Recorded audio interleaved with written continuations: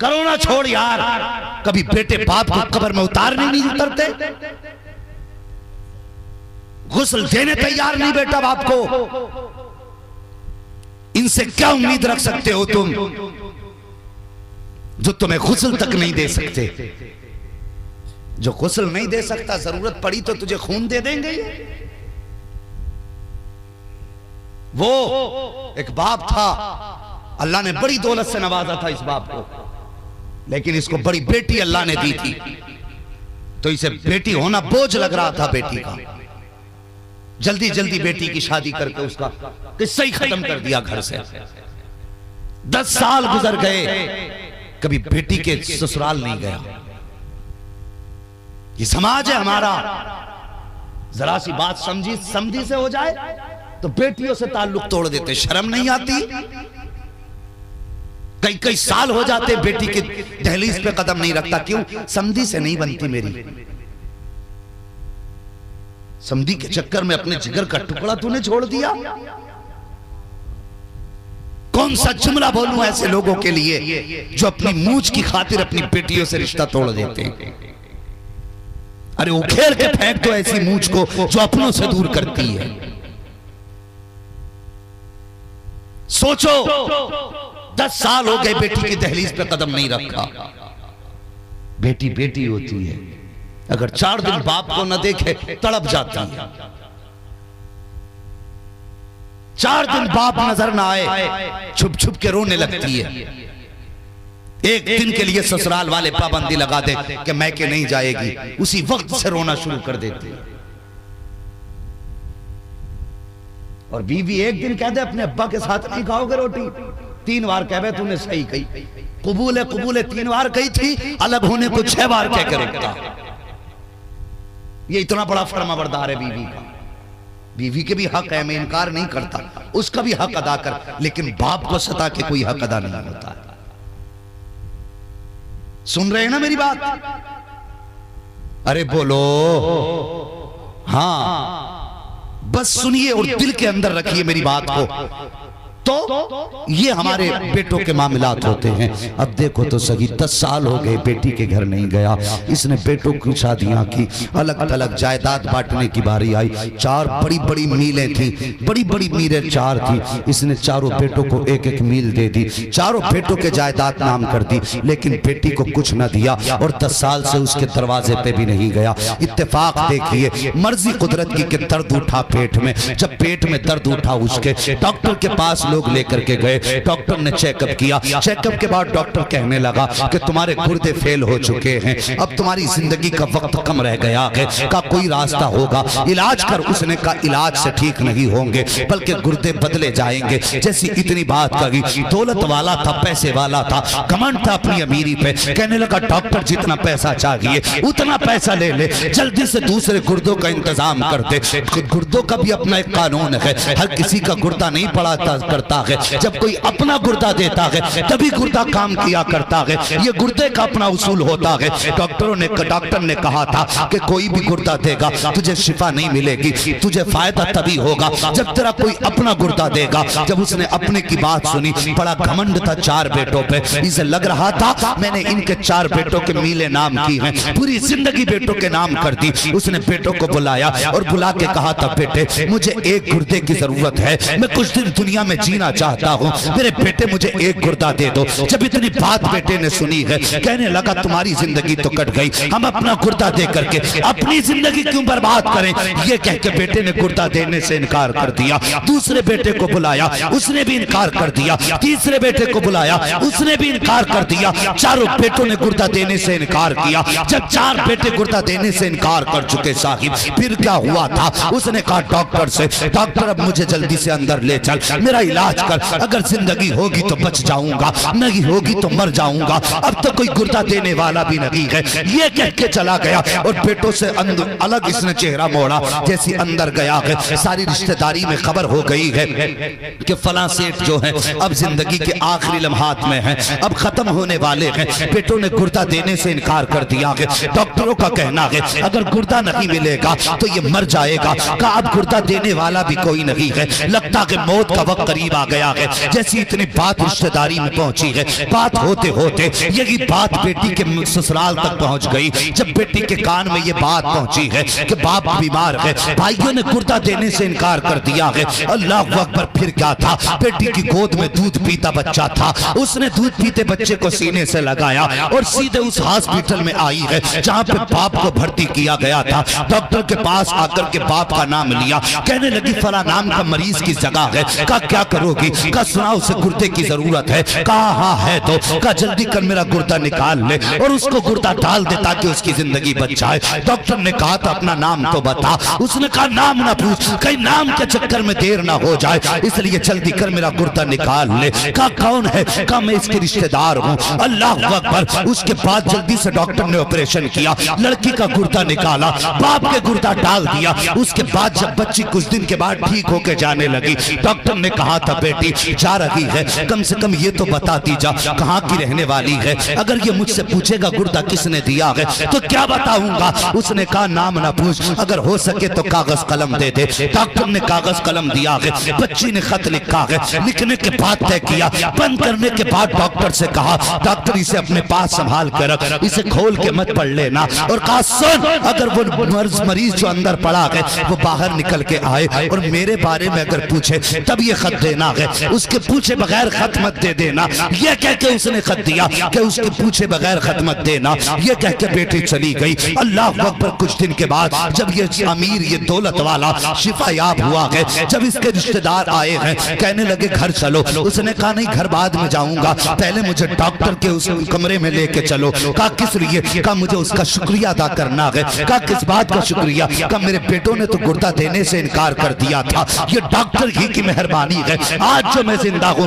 یہ کہہ کے ڈاکٹر کے کیبن میں آیا ہے. آنے کے بعد کہا تھا ڈاکٹر تیرا بڑا احسان ہے, تو نے میری زندگی بچا لی ہے. ڈاکٹر نے کہا او یار شکریہ میرا ادا نہ کر, اگر ادا کرنا ہے تو اس بچی کا شکریہ ادا کر جو تجھے گردہ دے کر کے گئی ہے. جیسی اتنی بات اس نے سنی ہے, کہتا کس نے گردہ دیا؟ میرے اپنوں نے تو انکار کر دیا تھا. کون تھا جو گردہ دے کر کے گیا؟ کہا نام تو نہیں پتا ہے. کہا کہاں کی رہنے والی ہے؟ کہا پتہ بھی نہیں بتایا ہے. کہا کہاں تلاش کروں؟ کہا یاد آیا جب وہ گئی تھی تو ایک خط دے کر کے گئی تھی. اللہ اکبر. اس نے دراز کھولی ہے, دراز میں سے خط نکالا ہے اور نکالنے کے بعد کہا یار یہ دیکھ یہ خط دے کے گئی ہے, اب ذرا سننا. جیسی اس نے وہ خط نکالا ہے, نکالنے کے بعد کھولا اور کھول کر کے پڑھا ہے, آنکھیں برسنے لگ جاتی ہیں, زمین پہ بیٹھ جاتا ہے, رونے لگ جاتا ہے.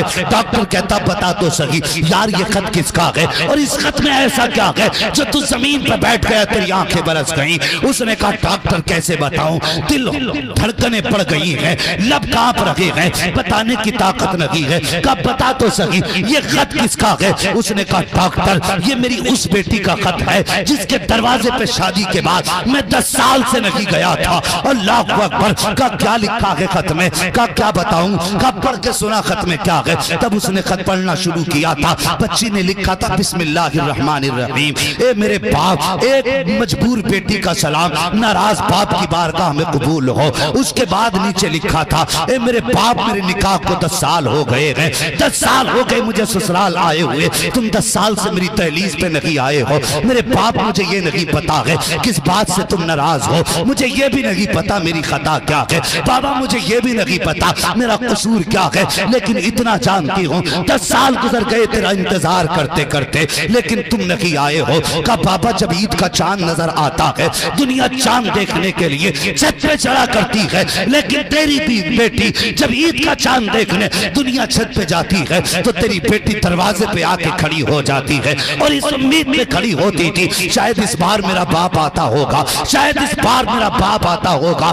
بابا 10 سال میں کتنی عیدیں گزری ہیں, دنیا نے نئے کپڑے پہنے کے اتار دیے ہیں, لیکن میرے باپ 10 سال میں سب نے عیدیں کی ہیں لیکن تیری بیٹی نے عید نہیں دیکھی ہے. اللہ اکبر. اس کے بعد بیٹی نے لکھا تھا اے میرے باپ میں تمہارے پاس یہ خط لائی ہوں, یہ خط دے کے جا رہی ہوں. میرے باپ مجھے یہ نہیں پتا کہ میرا قصور کیا تھا, تم نے جائیداد تقسیم کی ہے تو اپنے 4 بیٹوں کو جائیداد تقسیم کر دی. بابا میں یہ بھی شکایت نہیں کرتی ہوں کہ تم نے مجھے دولت کیوں نہیں دی ہے, تم نے مجھے جائیداد کیوں نہیں دی ہے, شاید مجھے اس لائق نہیں سمجھا تھا جو تم نے مجھے دولت نہیں دی تھی. اس کے بعد بچی نے لکھا تھا اے میرے باپ میں گھر کے اندر تھی، مجھے پتا چلا کہ آپ کی طبیعت خراب ہے، بھائیوں نے کردہ دینے سے انکار کر دیا ہے، بابا میں برداشت نہ کر سکی، میں دوڑ کے آ گئی، او میرے باپ میں کردہ دے کر کے جا رہی ہوں، آپ پہ احسان نہیں کیا ہے، اے میرے باپ اگر جائیداد نہ دی تم نے تو کوئی بات نہیں، 18 سال سینے سے لگا کے پال لیا تھا،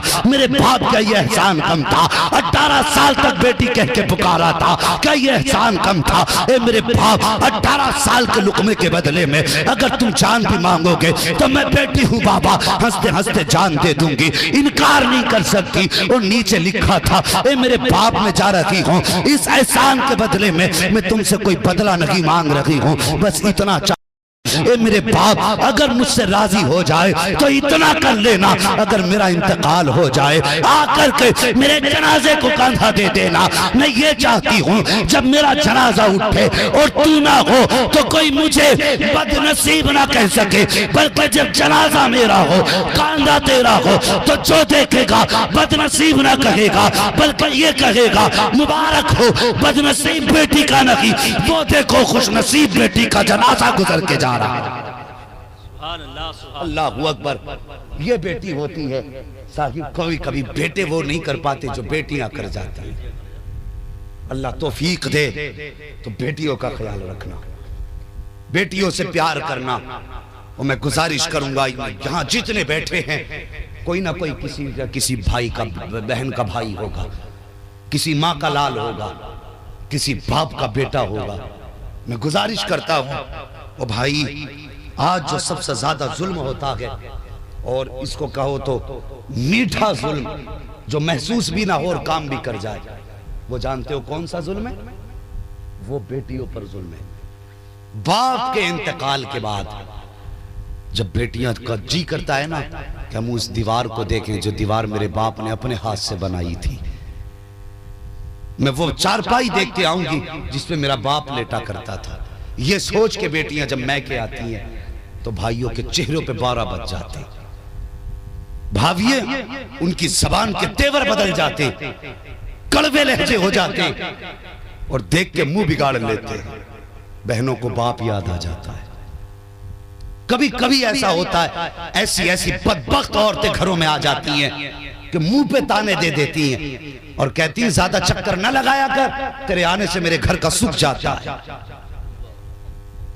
ایسی بھی عورتیں آ جاتی ہیں اور ظالم زبان کو لگام دے، تو جس گھر کی چھت کے نیچے بیٹھی ہے وہ تیرے باپ کی چھت نہیں، جسے تانا دے رہی ہے یہ اس بیٹی کی باپ کی چھت ہے،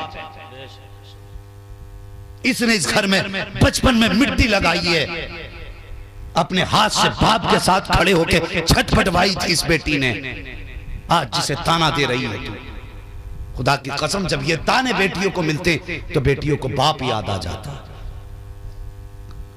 وہ ابھی جلدی کا قصہ ہے، کلمہ پڑھنے والوں کی کہانی ہے، غیر مسلموں کی بات نہیں کرتا۔ کسی کے دروازے پہ بہن آ گئی تھی، اس کا شوہر ہاسپٹل میں تھا، اور جانتے ہو بہن کے حصے میں 40 بیگھے زمین تھی، وہ زمین اپنے بھائی کو دے کے آئی تھی کہ بھائی میں کیا کروں گی، میری طرف سے یہ تیرے لیے تحفہ ہے۔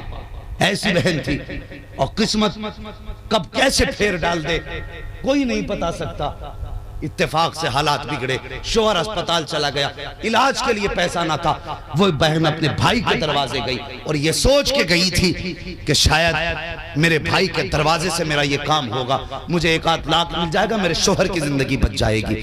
جس بہن نے 40 بیگھے بھائی کو زمین دی تھی، وہی بہن جب گئی اپنے بھائی کے دروازے پہ تو جانتے ہو بھائی نے دھکا دے کے نکالا تھا اور کہا تھا تیرا کچھ نہیں ہے، زندگی موت ہو یا زندگی ہو، جا اپنی تقدیر سے خود لڑ، ہم نے ٹھیکہ لے لیا تیرے علاج کا۔ اور یار تو بتا جب یہ تانے اس بھائی نے بہن کو دیے ہوں گے تو بہن کے جگر پہ کیا گزری ہوگی۔ اتنا صفاق معاشرہ ہے ہمارا، اتنا ظالم معاشرہ ہے ہمارا، اس ظلم کے بعد اگر پھر بھی یوں کہو جبریل کیوں نہیں اتر رہے مدد کے لیے تو بے وقوفی ہے تمہاری۔ پہلے 313 کا کردار پیدا کرو پھر دیکھو آسمان سے مدد اترتی ہے کہ نہیں۔ کردار تو اچھے کرو، تو خون پی بھائی کا اور جبریل تیری مدد کو اترے۔ ارے شکر کر ادا اللہ کا احسان مان مصطفیٰ کا، جتنے تو ظلم کر رہا ہے اس کے بدلے میں تو زمین پھٹ جانی چاہیے تھی، پتھر برسنے چاہیے تھے، یہ جو کچھ نہیں ہو رہا ہے خدا کی قسم یہ مدینے والے مصطفیٰ کے صدقے میں نہیں ہے۔ ہاں رحم کرو اپنے اوپر، بدلو اپنے طریقے۔ او یار بھائیو گزارش ہے، باپ کے انتقال کے بعد اگر بیٹیاں گھر آئیں نا تو چہرہ بگاڑ کے ان سے ملاقات نہ کرنا۔ یہ محفلیں رکھتے ہیں نا ہم ایصال ثواب کی تاکہ ابا بھی راضی ہو جائے، خدا بھی راضی ہو جائے، جانتے ہو؟ اسی لیے تو ابا کی روح خوش ہو، یہی تو مقصد ہوتا۔ 1000 روپے ابا کے نام سے مسجد میں دے دیے تاکہ ابا کی روح کو قبر میں آرام ملے۔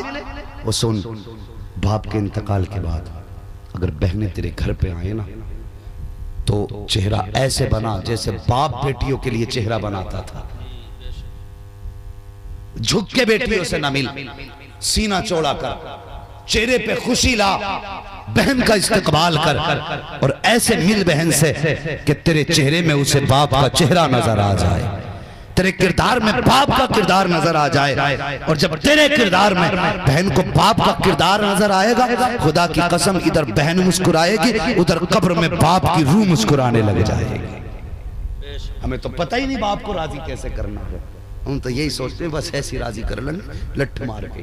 او بھائی اللہ توفیق دے تو بدلیں اپنے طریقے، رشتوں کی قدر کریں۔ بھائیو باپ کے انتقال کے بعد اگر بہنیں آئیں نا تو اسے بھائی بن کے نہیں ملنا ہے، ان سے باپ بن کے ملنا ہے۔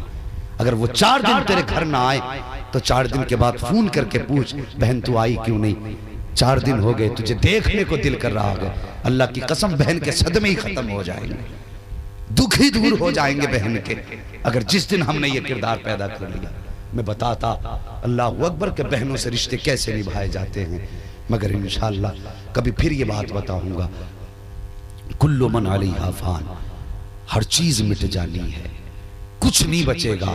وَيَبْقَى وَجْهُ رَبِّكَ ذُو الْجَلَالِ وَالْإِكْرَامِ، باقی رہنے والی صرف اللہ کی ذات ہے، صرف اللہ کی ذات ہے، بقا اسی کی ذات کے لیے ہے، ہم سب کے لیے فنا ہے۔ تو صاحب آؤ، کچھ لوگ 40 سال جیتے ہیں، کچھ 50 سال جیتے ہیں، کچھ 100 سال جیتے ہیں، کچھ 200 سال جیتے ہیں، کچھ 300 سال جیتے ہیں، کچھ 500 سال جیتے ہیں۔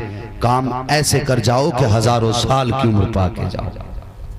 ہاں آپ کہو گے 1000 سال کیسے جیا جا سکتا ہے، اب تو بندے کی عمر 50 سال سے زیادہ نہیں ہے۔ ہاں بظاہر عمر 50 نہیں ہے، لیکن اچھے کاموں کی بنیاد ڈال جاؤ، جب تک وہ کام زندہ رہے گا تمہارا نام زندہ رہے گا، نام زندہ رہے گا۔ اچھے کاموں سے لوگوں کی عمریں بڑھا کرتی ہیں۔ ہاں تو صرف اتنے دن نہ جیو جتنے دن تم کھا پی رہے ہو، بلکہ مرنے کے بعد بھی اگر زندہ ہونا چاہتے ہو کام اچھے کر جاؤ، اچھی مثالیں بنا جاؤ، تاکہ تمہارے جانے کے بعد لوگ اپنے بچوں سے کہا کریں بیٹے اگر زندگی گزارنی ہے تو فلاں کی طرح گزارنا، جس نے باپ کے بعد اپنی بہنوں کو باپ کی کمی محسوس نہ ہونے دی، جس نے ماں کے بعد اپنی بہنوں کو ماں کی کمی محسوس نہ ہونے دی۔ ہاں صاحب اخلاق ایسے کر لو، کردار اچھے کر لو، اگر کردار اچھے ہو گئے نا خدا کی قسم یقین جانو آنسو بہانے کی ضرورت نہیں ہے، اخلاق اچھے کرو۔ یار ہم 1000 بار کہیں حضور ہمارے ہیں تو کیا ہوتا ہے، اگر وہ ایک بار کہہ دیں یہ میرے ہیں تو بیڑا پار ہو جائے گا۔ صحیح کہہ رہا ہوں نا میں؟ اب تو بول دو اللہ کے بندو، بات صحیح ہے نا؟ اگر حضور ایک بار کہہ دیں یہ میرے ہیں تو بیڑا ہی پار ہو جائے گا۔ عمل ایسے کر جاؤ۔ اللہ اکبر، مرنے کے بعد جب تم سے تمہارے گھر والوں کے بارے میں پوچھا جائے بتا کس کا حق کیسے ادا کر کے آیا ہے، تو کم سے کم تم اپنوں کے تو مجرم نہ ہو۔ بہن تو گریبان پکڑ کے نہ کہ میرا حق کھا کے آیا تھا، مجھے رلا کے آیا تھا، ماں تو نہ کہے کہ میرے آگے کا کھانا چھین لیا تھا، باپ تو نہ کہے مجھے گالی بک رہا تھا۔ کم سے کم ایسے کام کر جاؤ کہ جب تم قیامت میں حساب ہونا تو اپنے کھڑے ہو کے کہہ دیں یا اللہ ہم اس سے راضی ہیں، یا اللہ ہم اس سے راضی ہیں، یا اللہ ہم اس سے راضی ہیں۔ جب تمہارے اپنے کہہ دیں گے ہم اس سے راضی ہیں، رب کا دریائے کرم جوش میں آئے گا، رب فرمائے گا جب تجھ سے تیرے اپنے راضی ہیں پریشان نہ ہو، تجھ سے تیرا خدا بھی راضی ہے۔ ایسے کام کر جاؤ۔ کل من علیہا فان، ہر چیز فنا ہو جانی ہے۔ ہاں عزت کی موت مرو، ایسے کام کر کے مرو، لوگ تمہارے جنازے میں شریک ہونے کو فخر محسوس کریں، تمہارے جنازے کو بڑھ بڑھ کے کاندھا دیں اور کہیں افسوس یہ دنیا چھوڑ کے جا رہا ہے، ہمارے بیچ سے ایک اچھا چلا گیا۔ ایسے بن کے مت جانا، لوگ کہیں اچھا ہوا زمین کچھ تو خالی ہوگا۔ ہاں بس اللہ سے دعا کرو اللہ عزت کی موت دے، ایمان کی موت دے۔ کامیاب وہ نہیں ہے جس نے بلڈنگیں بنائی ہیں، کامیاب وہ نہیں ہے جس کے پاس گاڑی ہے، بنگلہ ہے، کامیاب وہ ہے جو قبر میں ایمان بچا کے لے گیا۔ اور ایمان اسی کا سلامت ہے جو بریلی والے احمد رضا کے دامن سے وابستہ ہے۔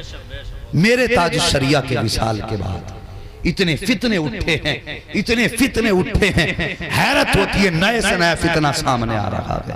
اعلیٰ حضرت نے وقت وصال فرمایا تھا، لوگو احمد رضا کو جتنا لکھنا تھا لکھ چکا، جو بتانا تھا بتا چکا، جو سمجھانا تھا سمجھا چکا۔ فرمایا میری تعلیمات کو سینے سے لگا کے رکھنا، اب سمجھانے کے لیے احمد رضا دوبارہ قبر سے اٹھ کے نہیں آئے گا۔ بہت بڑی بات میرے امام نے کہی تھی، یقین جانو آج وہی حق پر ہے جو اعلیٰ حضرت کے دامن سے جڑا گئے، اور جو ان سے الگ ہے تسبیح اتنی نہیں اتنی لمبی لے لے، داڑھی اتنی نہیں اتنی لمبی کر لے، اور تو جتنے چاہے تسبیح و مسواک لے لے، اگر احمد رضا کا نہیں ہے تو یقیناً صراط مستقیم سے بھٹکا ہوا ہے۔ اس لیے کہ احمد رضا صرف بریلی والوں کی اولاد کا نام نہیں ہے، بلکہ احمد رضا اور اعلیٰ حضرت مسلک حق کا نام حضرت کا ہے، مسلک اعلیٰ حضرت کا ہے، وہی مسلک اہل سنت پر ہے، اور وہی یقین مانو صراط مستقیم پر گامزن ہے۔ اس سے زیادہ میں تمہیں کچھ نہیں بتا سکتا، ورنہ تمہاری اپنی مرضی ہے، جس جماعت کے چاہے ساتھ شریک ہو جاؤ، لیکن ہم یہ کہتے ہیں اس دور میں اگر کوئی حق جماعت ہے تو وہ بریلی والوں کی جماعت ہے، بریلی والوں کی جماعت ہے۔ عرس رضوی آ رہا ہے، بریلی شریف میں جانے کی تو اجازت نہیں ہے، 100 لوگوں کی پرمیشن صرف ملی ہے، اللہ توفیق دے۔ اور جب عرس رضوی آئے نا تو سنیو ہر گھر سے عرس رضوی کے نظارے نظر آنے چاہیے، ہر گھر سے عرس رضوی کے نظارے نظر آنے چاہیے، ہر بندہ لگنا چاہیے یہ رضوی اعلیٰ حضرت کا چاہنے والا ہے۔ ضروری نہیں ہے ان کے نام پہ 11 کلو کی ڈیگ بنا، اگر 11 کلو کا حساب نہیں ہے 250 گرام تبرک تیار کر لے، اپنے گھر اعلیٰ حضرت کے نام کا قل کر لے، خدا کی قسم بریلی کا احمد رضا بھی راضی ہوگا، مدینے والا مصطفیٰ بھی راضی ہو جائے گا۔ ہاں عقیدہ بڑا ضروری ہے، اس کی حفاظت کریں، فتنے بہت آ رہے ہیں، نئے نئے فطرے چہرے بدل کے آ رہے ہیں۔ اللہ رب العزت اہل سنت کو ان فتنوں سے محفوظ و مامون فرمائے، اور اپنے محبوب کے صدقے میں ہم سب کو صراط مستقیم پر قائم و دائم رہنے کی توفیق عطا فرمائے۔ بس جو ہوئے اغلاط ان کو معاف فرمائے رب کائنات۔ زندگی نے دیا ساتھ تو پھر ہوگی ملاقات، چمن رہا پھول کھلیں گے، زندگی رہی پھر ملیں گے، مسافر ہیں ہم بھی مسافر ہو تم بھی، کسی موڑ پر پھر ملاقات ہوگی۔ فقیران آئے صدا کر چلے، صدا خوش رہو، یہ دعا کر چلے۔ سارے لوگ ایمانداری سے کلمہ شریف پڑھ لیجئے، لا الہ الا اللہ محمد رسول اللہ، استغفر اللہ ربی من کل ذنب و اتوب الیہ۔ السلام علیکم ورحمۃ اللہ۔